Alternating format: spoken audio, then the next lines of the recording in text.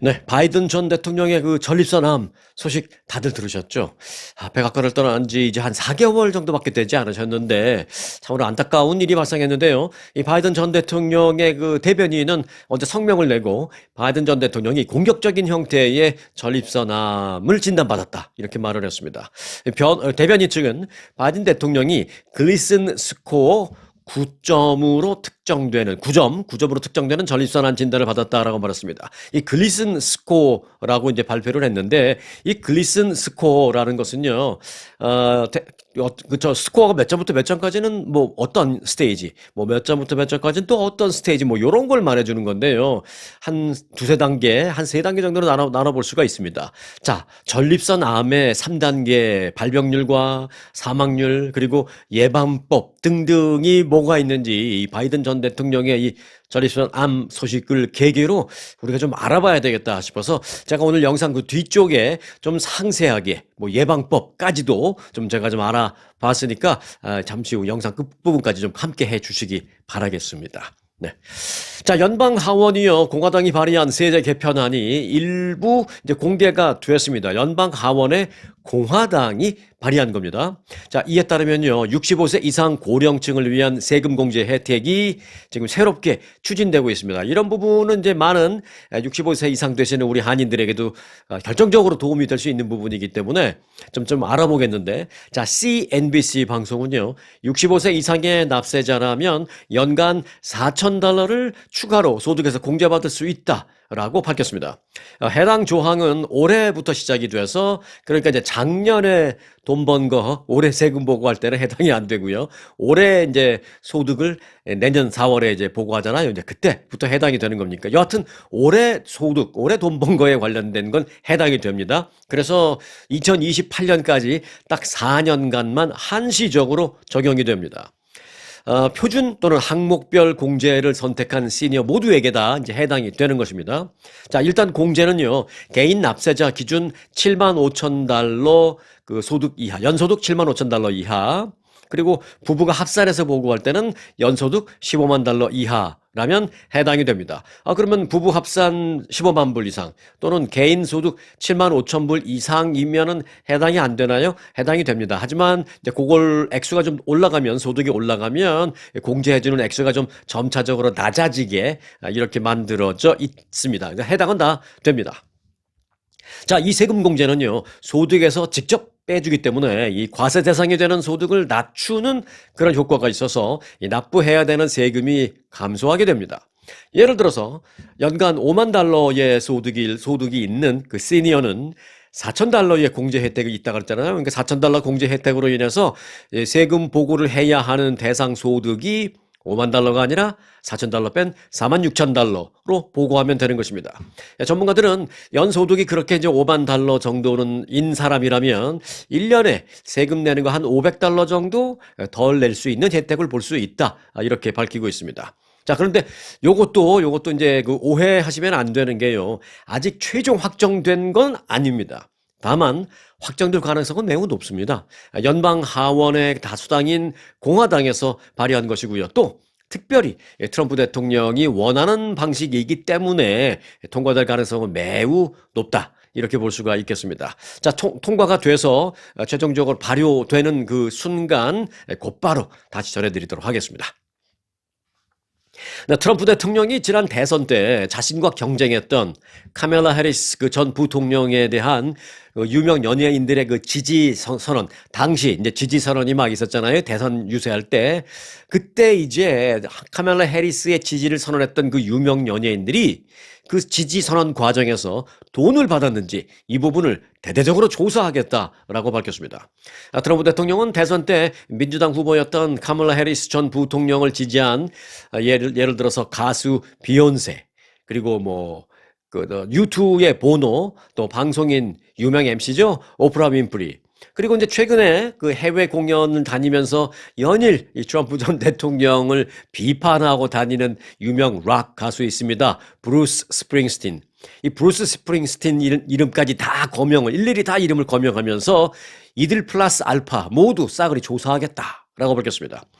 트럼프 대통령은 카말라 해리스는 선거 운동 중에 브루스 스프링스틴의 형편없는 공연에 돈을 도대체 얼마나 준 거냐 뭐 이렇게 물었습니다. 이제 물론 확인된 건 아니고요. 그러면서 이것은 최고 수준의 불법 선거이자 불법 선거 기부다라고 말하면서 나는 이 문제에 대한 대규모 수사를 요청할 것이다. 대규모 수사를 법무부에 지시할 것이다. 이렇게 밝혔습니다.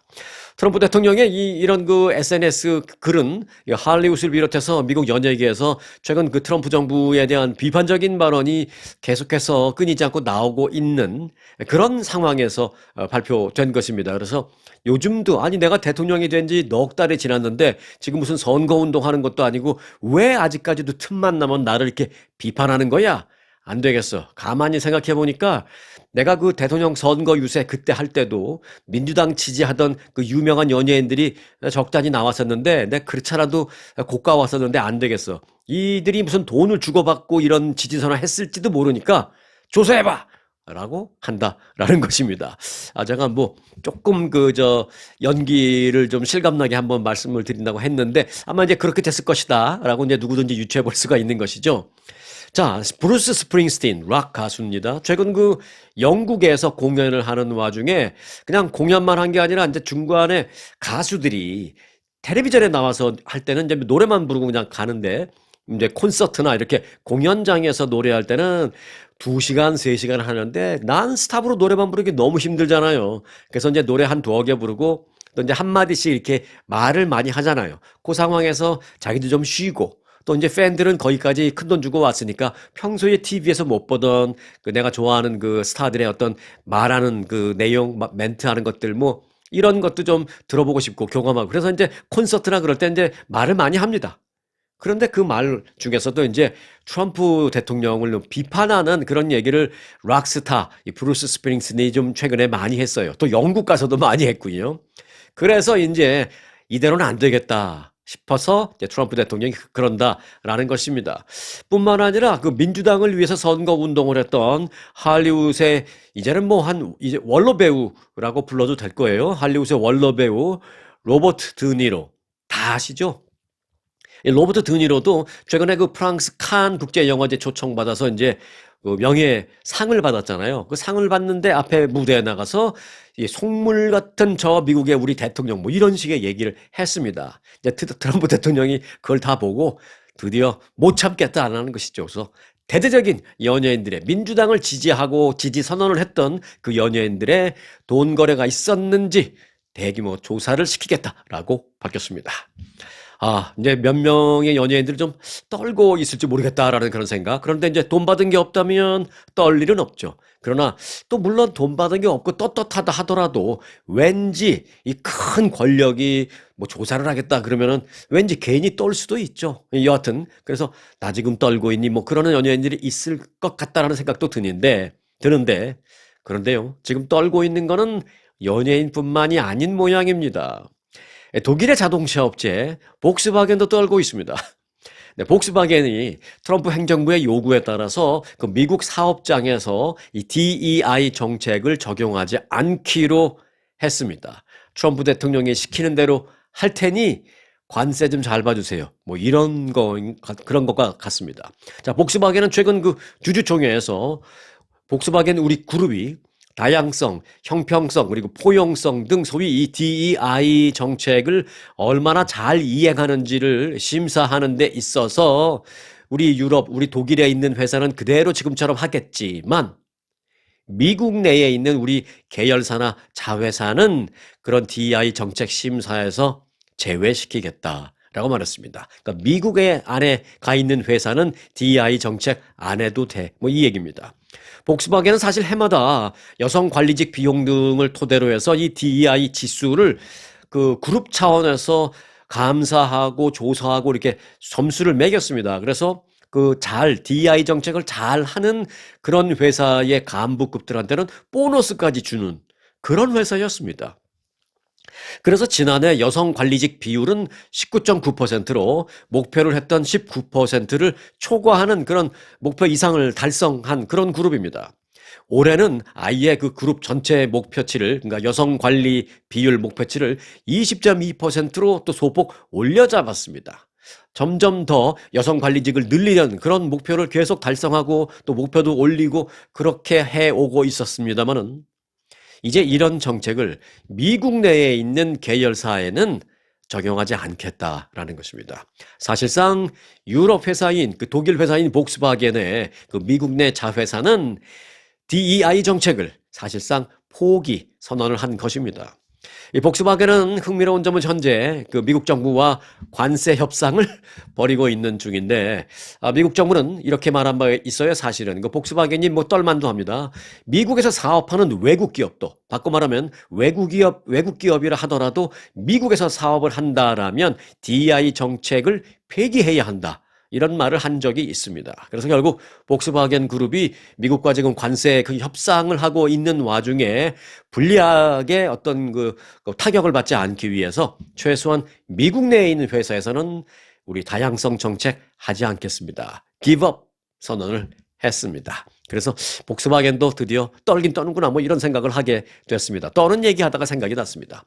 자, 복스바겐 얘기 나온 김에 그러면 떠는 얘기는 여기서 끝내고요. 복스바겐 얘기 나온 김에 자동차 얘기 하나 더 좀 해드리도록 하겠습니다.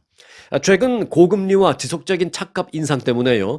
자동차 구매 시에 론을 하려는 소비자들이 늘고 있습니다.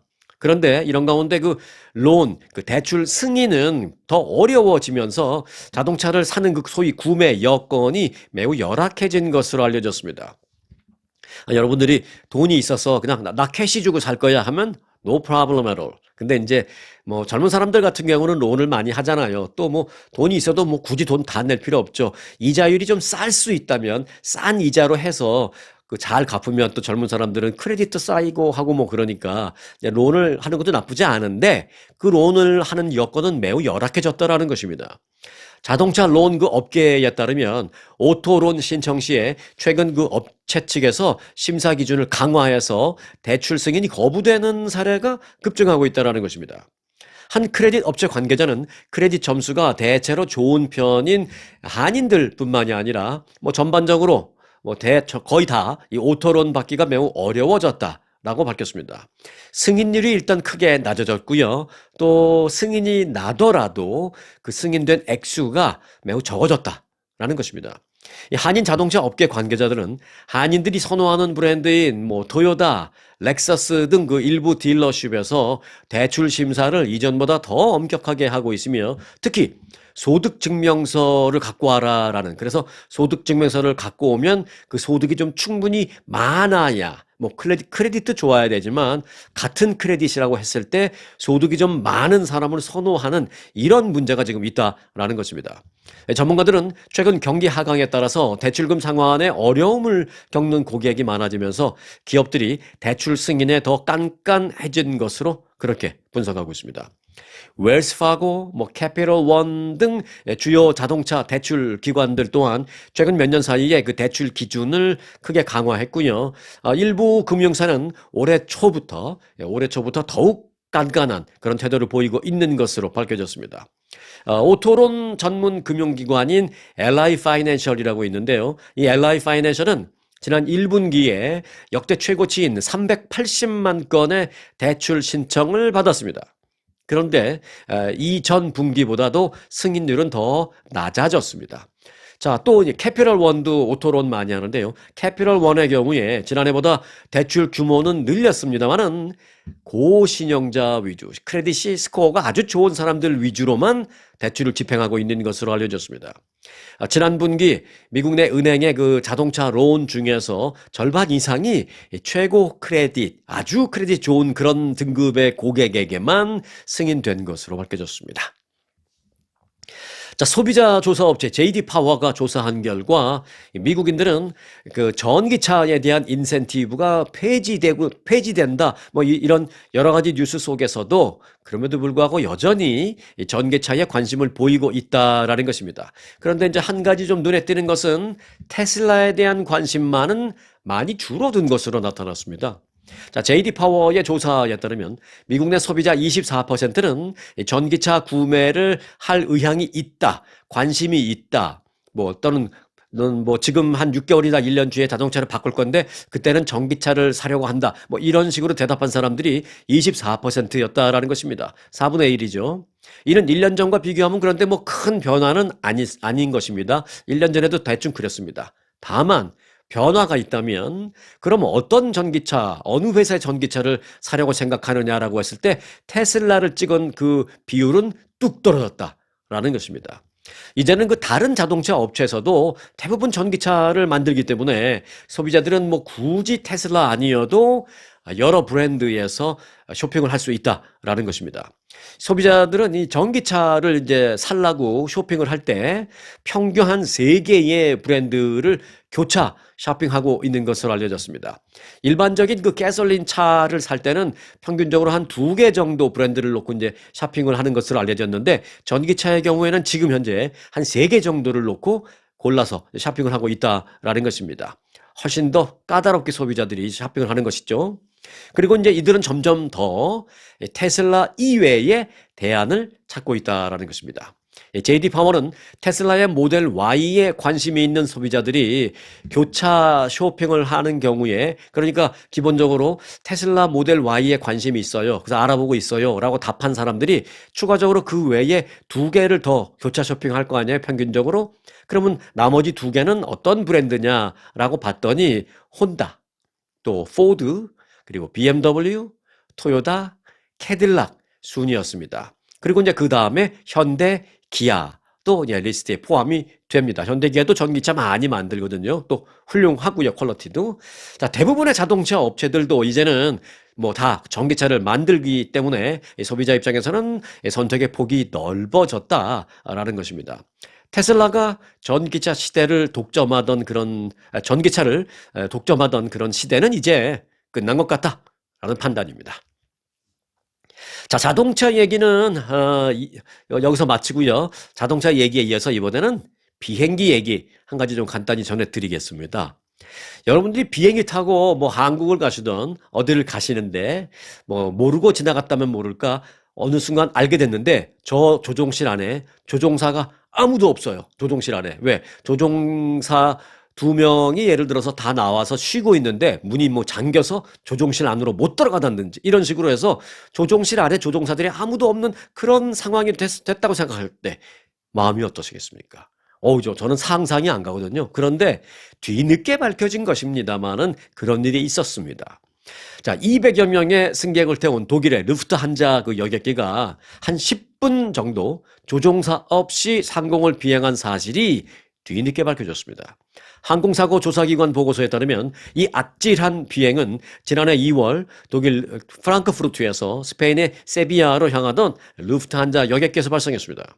1년 만에 공개된 그 보고서에 따르면 승객 199명과 승무원 6명을 태운 이 여객기는 기장이 화장실을 이용하기 위해서 조종실 밖으로 나온 동안에 그 안에 혼자 있던 부기장이 의식을 잃고 실신해버렸어요.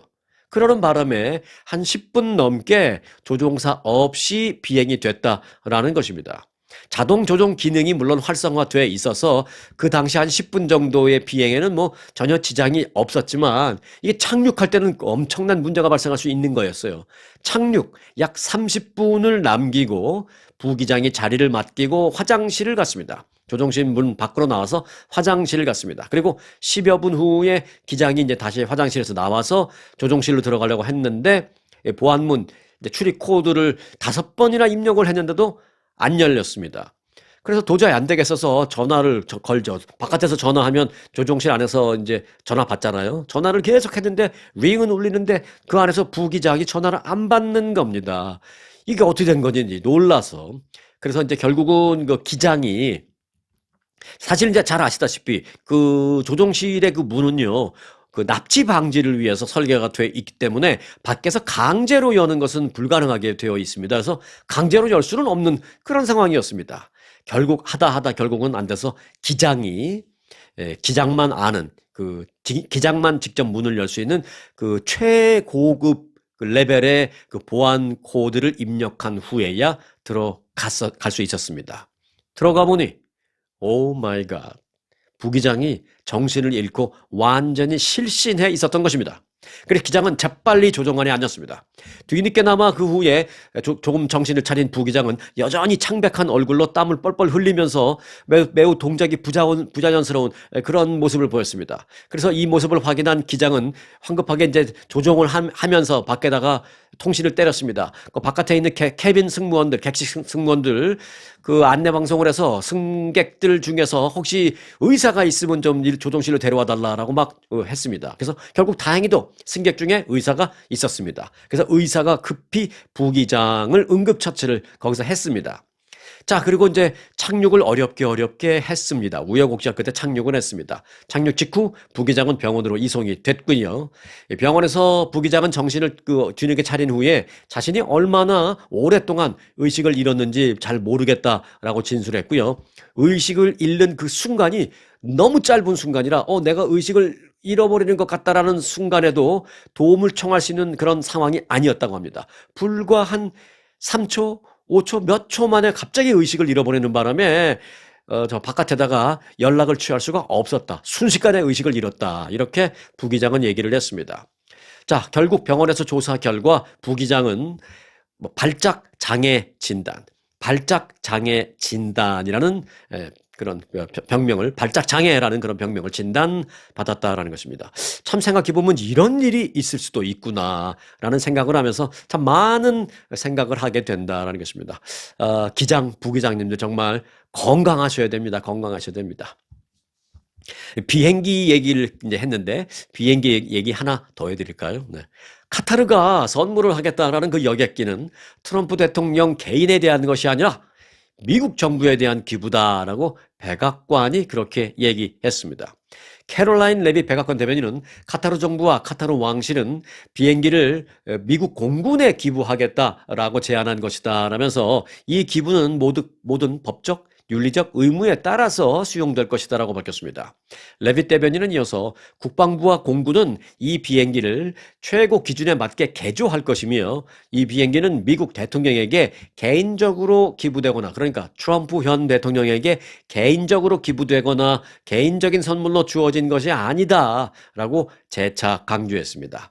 그럼에도 불구하고 트럼프 대통령은 퇴임 후에 이 비행기를 국가에 귀속시키는 것이 아니라 트럼프 라이브러리, 트럼프 기념관으로 보낼 것이다 라고 말한 바 있어서 그 사실이 알려지면서 이게 진정한 미국 정부에 대한 선물이냐 그렇지 않지 않느냐라는 논란이 일고 있습니다. 왜? 트럼프 라이브러리, 그러니까 트럼프 기념관에 이게 기증이 돼버리면 트럼프 대통령이 사실은 법적으로 이걸 개인적으로 운영을 할 수 있게 되기 때문입니다. 네, 트럼프 대통령이 대외 원조 예산을 대폭 삭감했잖아요. 취임 이후에. 그런데 그 이후에 기아 위기 국가에 전달됐어야 할 이 막대한 분량의 구호 식량이 기약 없이 지금 미국 내 창고에서 썩어가고 있다라고 로이터 통신이 보도했습니다. 로이터는 미국의 국제개발처가 남아프리카 공화국과 아랍에미리트 그리고 동아프리카의 지부티 등 그리고 이제 미국의 휴스턴에도 창고가 있어요. 그쪽 지금 말씀드린 그런 곳에서 운영을 하고 있는 대형 식량 창고에 식량이 도합 약 6만 톤이 보관 중인 것으로 확인됐다라고 로이터는 보도했습니다.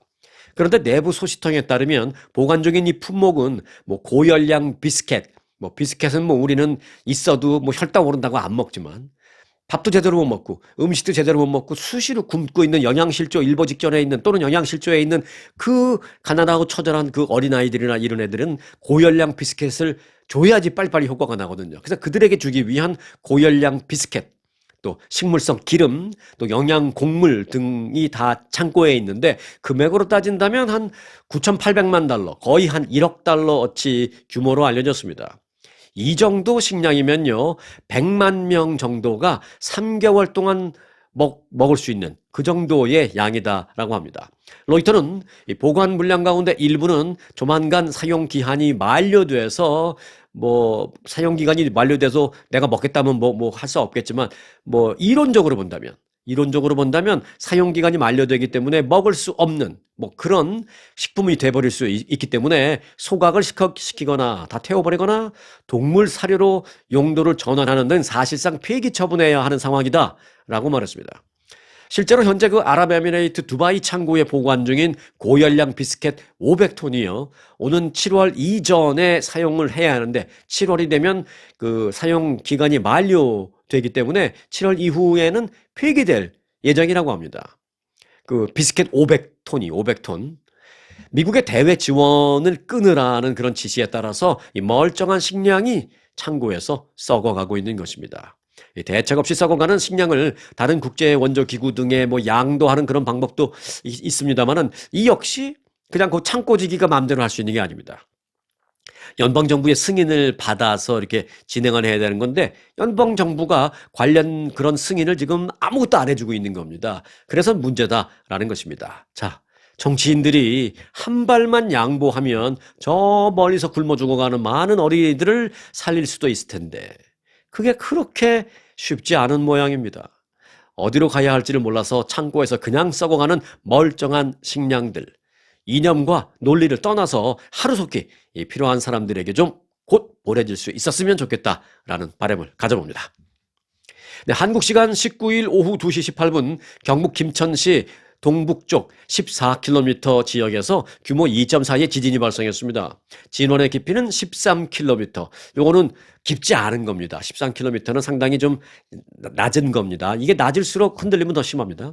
자, 흔들림 정도를 의미하는 계기 진도는 경북 김천에서 3으로 측정이 됐고요. 경북 구미, 상주, 성주, 그리고 충청북도 영동에서는 계기 진도, 그러니까 흔들림 정도 2로 측정이 됐습니다. 자, 계기 진도 3이라는 것은요, 실내, 특히 이제 건물 위층에 있는 사람은 현저하게 진동을 느끼며, 주차되어 있는 차가 약간 흔들리는 정도를 뜻합니다.